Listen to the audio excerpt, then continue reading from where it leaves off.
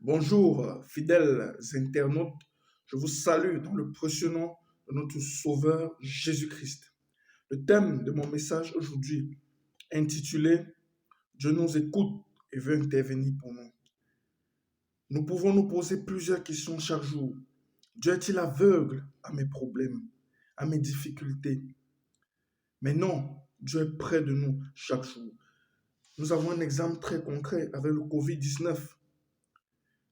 Des tas de gens ont dû prier pour la fin de cette épidémie.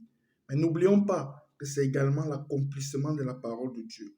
La parole parle des phénomènes terrifiants qui arriveront sur la terre. Elle déclare également qu'il y aura des guerres, des peuples se soulèveront, parce que cette parole doit s'accomplir. Nous avons diverses situations où nous sommes dans l'angoisse, où nous sommes dans le doute, qui nous amènent parfois même à douter de la puissance de ce Dieu que nous servons, qui est Jésus-Christ. C'est vrai, le doute est humain, mais ne l'oublions pas. Dieu est encore manifeste aujourd'hui. Il est encore véritable aujourd'hui. Sa puissance veut encore se manifester dans chacune de nos difficultés, dans chacune de nos épreuves. C'est à nous de nous accrocher à lui au travers de la prière.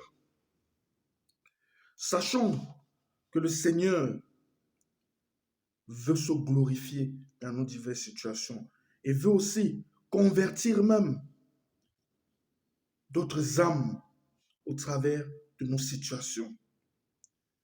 Regardons Abraham, lorsqu'il était en train d'intercéder pour ceux qui étaient à Sodome et Gomorrhe, lorsque la destruction de Sodome et Gomorrhe avait été déjà arrêtée par le Seigneur. Nous avons vu le cœur de Dieu en ce moment-là, cœur qui veut dire en grec cardia. Dieu lui a dit non. Si je trouve tel ou tel nombre de justes à toutes les questions d'Abraham, lorsqu'Abraham lui posait, est-ce que si tu rencontres tel nombre de justes, est-ce que si tu rencontres 50 justes, est-ce que si tu rencontres 10 justes, Dieu lui a dit non, à cause de ces justes-là, il ne fera pas périr la ville. Ça nous montre jusqu'à quel point Dieu a la miséricorde pour nous.